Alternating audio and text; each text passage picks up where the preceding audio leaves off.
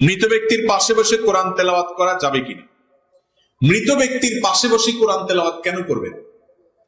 কোরআন কি জীবিত মানুষের জন্য না মৃত মানুষের জন্য? তাহলে মৃত মানুষের পাশে কোরআন পড়লে কি লাভ হবে? কোরআন যে তেলাওয়াত করবে সে সওয়াব পাবে, যে শুনবে সেও সওয়াব পাবে, যে আমল করবে সেও সওয়াব পাবে। এখন মৃত ব্যক্তি না কোরআন পড়তে পারে, না শুনতে পারে, আর না সে আমল করতে পারে।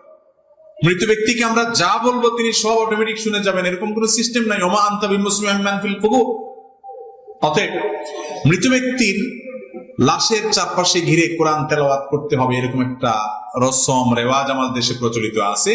এটা কোরআন এবং হাদিস দ্বারা প্রমাণিত। কোরআন যখন এই লোকটাকে শোনানো দরকার ছিল তখন এলাকার আলেমরা কোথায় ছিল? তখন তার জীবদ্দশায় সে কানে কাছে কোরআন বলে যাওয়া দরকার ছিল। হয়তো অনেকে বলেছে, কিন্তু মরে গেছে, শেষ। মান মাতা ফাকাদ কামাত কিয়ামাতুহু, তার এখন হিসাব শুরু হয়ে গেছে। এখন তারে কোরআন শোনানো যাবে না, আর কোনো লাভও। এটাকে কেন্দ্র করে হুজুর ডেকে আনে, তাদেরকে টাকা পয়সা দেয়, এগুলো সব নাজায়েজ কাজ, সবগুলো নাজায়েজ কাজ।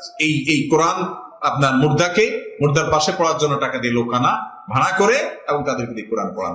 ভাইরা আমার, কোরআন আপনি নিজে তেলাওয়াত করবেন, নিজের জন্য নিজেরা তেলাওয়াত করবেন। ওই লাশের পাশে বসে কোরআন তেলাওয়াত করার কিছু নাই। লাশের পাশে বসে কোরআন তেলাওয়াত করার কথা কোরআনে কোথাও নেই।